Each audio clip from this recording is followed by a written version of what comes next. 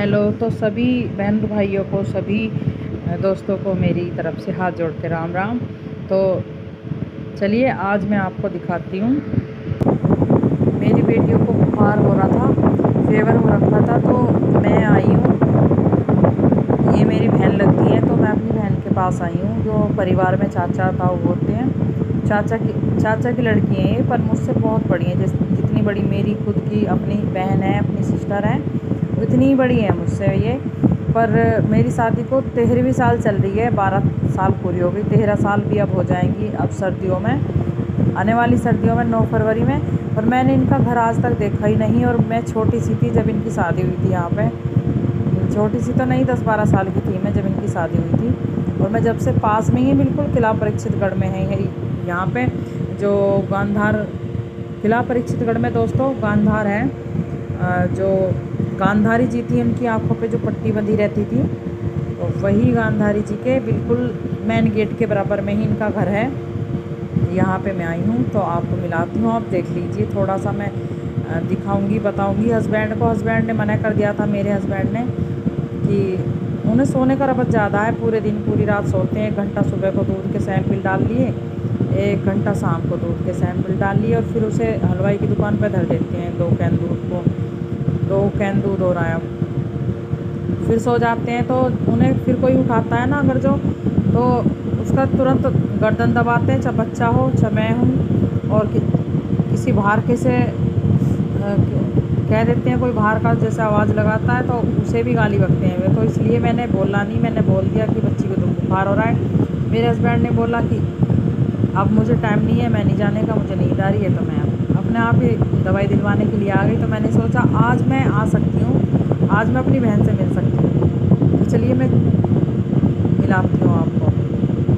ये मेरी चाचा की लड़की है, इनका राजेश नाम है, और बहुत ही प्यारी बातें करी हैं मेरी बहन ने मेरे से।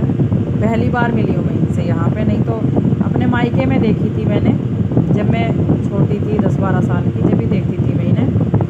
उसके बाद में 13 सालों से मैं अपने मायके भी कभी नहीं गई ऐसी कोई खास। मेरे मम्मी पापा ख़त्म हुए थे, तो मैं 6-6 दिन के लिए गई थी बस। वो तो अब तो मम्मी पापा भी नहीं है, तो अब तो ये समझो कि नाम भी लेना मुझे बहुत बुरा लगता है। गलत नहीं था, पर अब इतना गलत है कि कोई दुश्मन भी गलत नहीं हो सकता इतना।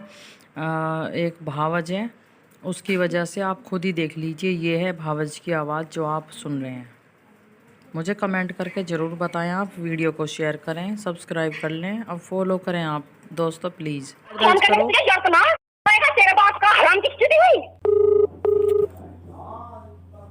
यू बता रही हूँ सुसरी चुदाई खाने की तू मेरे फोन पर फोन करने की तुझे जरूरत ना पड़ेगा। तेरे बाप का हराम की स्थिति हुई। बोल बदमाश क्या कह रही? छुट्टे ही उनका देखे चुदाई खाने के रंग तेरे गौर में काम की बात कर, और पैसों की नहीं। तेरे 5,000 भिजवा दे, 5,000 भैरे कहीं आएंगे, 5,000 किसी को भेज दे, ले जा पैसे। अच्छी यार, 9 जो हैं 9 एक हैं यार, 7,880 एक हैं। लिख के रख के कहीं आदमी ने हमारे कहवा खूब कहवा रोज कहवा वो आदमी के। बात नहीं बता दे मुझे कि किसी ने कह दी तक दुनिया के पीछे लगा दूं। अचानक से मेरी वीडियो को तो बहुत ज़्यादा जलन होती है, बहुत ज़्यादा। वो जादू टोने तांत्रिक क्रिया बहुत करवा चुकी। खैर कोई नहीं, उसने मेरे साथ बहुत गलत करवाया है, इसीलिए शायद मेरा हस्बैंड बहुत बुरी तरह से मार पिटाई भी कर चुका मेरे साथ। मैंने पुलिस तलब को भी बताया, क्योंकि मुझे परेशानी इतनी हो गई थी। मैं पुलिस के नाम से भी खुंदक मानती थी, नफ़रत मानती थी कि पुलिस कुछ कोई मतलब नहीं होना चाहिए पुलिस का कभी अपने जीवन में। और मेरे साथ जब खुद के साथ ऐसा हुआ ना कि मुझे बच्चे भी परेशान, मैं भी परेशान, 2 बेटी हैं, बेटा नहीं है, कभी कैसे ही बहुत बुरे तरह से वो इल्ज़ाम लगाता है, तुझे बेटा नहीं होगा, तुझे बेटी रहेगी, और मैंने मेरा वंश ख़त्म कर दिया, तू कलंकिनी है, तू उल्टा है, तू ये है वो है, तू असैनी है। बिना कम वक़्त के मुझे बोलता नहीं हूँ मेरा हस्बैंड कभी भी। पहले से देखती आ रही हूँ, मैं सोचती थी कि मना कर रहा है, कसम खा रहा है, आप नहीं ऐसे करेगा, ऐसे नहीं करेंगे मेरा हस्बैंड अब। पर ऐसा कुछ नहीं, वो बिना कम वक़्त के बिना सैनी के, बिना कुलटा के, वो कुत्ती तलक भी। और वो बहुत गंदी, जो मैं आपको नहीं बता सकती, बहुत गंदी गालियों के साथ भी बोलता है। मैं विश्वास पे रहती थी, इसलिए मैं कहीं निकलती नहीं थी। आज मैं दवाई लेने के लिए आई हूँ बेटी की, तो आज मैंने सोचा कि मैं अपने चाचा की लड़की का घर देख लूँ। तो चलिए मैं आपको दिखाती हूँ घर। तो बाहर से तो मैं अंदर आ गई हूँ। तो ये है, थोड़ा साफ सा नहीं चमक रहा है। तो गाइस, मेरे सभी बहन और भाई सभी से मेरी हाथ जोड़ के ये विनती है कि आप वीडियो को शेयर करें, कमेंट करके मुझे ज़रूर बताएं प्लीज़। मुझे अच्छा लगेगा कि आप लोगों के मन में क्या चल रहा है। अच्छा लगा, बुरा लगा, कैसा लगा। आपने देखा है जैसे कि भाई एक ही है और एक ही भाभी है, जबकि बहुत मुसीबत के बाद हमारे माँ बाप ने भाई को पाला और भाई के लिए बहुत कुछ किया, जो कि आपके पास भी शायद हर किसी के पास नहीं होगा, इतना है। फिर भी भाई ने अपने सास ससुर, साली और साले से बहुत गलत गलत भाषा बुलवाई। अपनी घरवाली से इतनी बुरी भाषा बुलवाता है, आपने देखी है गाली कैसी गालियाँ का प्रयोग कर रही थी, गालियाँ दे रही थी भाभी।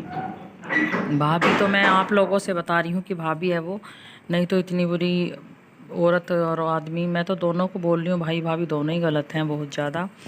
और कोई दुनिया में ऐसा बोल ही नहीं सकता, मुझे नहीं लगता कि कोई इतना बुरा होगा। आपने देखा ही है जैसे। तो आप वीडियो को ज़्यादा शेयर करें और सब्सक्राइब फॉलो कर लें दोस्तों। ये मेरी आपसे हाथ जोड़ के अपील है। मुझे कमेंट ज़रूर करें, इस वीडियो को ज़्यादा व्हाट्सएप पे शेयर कर दें, कहीं भी कोई रह ना जाए प्लीज़। हाथ जोड़ के मैं आपसे बोल रही हूँ। तो ये मेरी चाचा की लड़की हैं, ये जो गांधार के पास में ही रहती हैं। बहुत अच्छा माहौल है। और इन्होंने बताया कि तेरे जीजा ने कभी भी किसी मेरे ससुराल वाले से आज तक कोई बात नहीं सुनने दी मुझे, और कुछ भी कोई गलत नहीं हुआ। मुझे अच्छा लगा सुन के। देखिए, मायके का भी डर एक बहुत ज़रूरी बात होती, जो कि बिल्कुल हकीकत है ये। तो यहाँ पे है ना, मेरे जो चाची चाचा हैं, दीदी के मम्मी पापा, वे भी बुज़ुर्ग नहीं हैं। मेरे माँ बाप ज़्यादा बुज़ुर्ग थे, वो ख़त्म हो गए, और अच्छे खासे हैं और काफ़ी मालदार भी हैं। तो थोड़ा डर दहशत जो होती है वो मेरे मायके में नहीं है।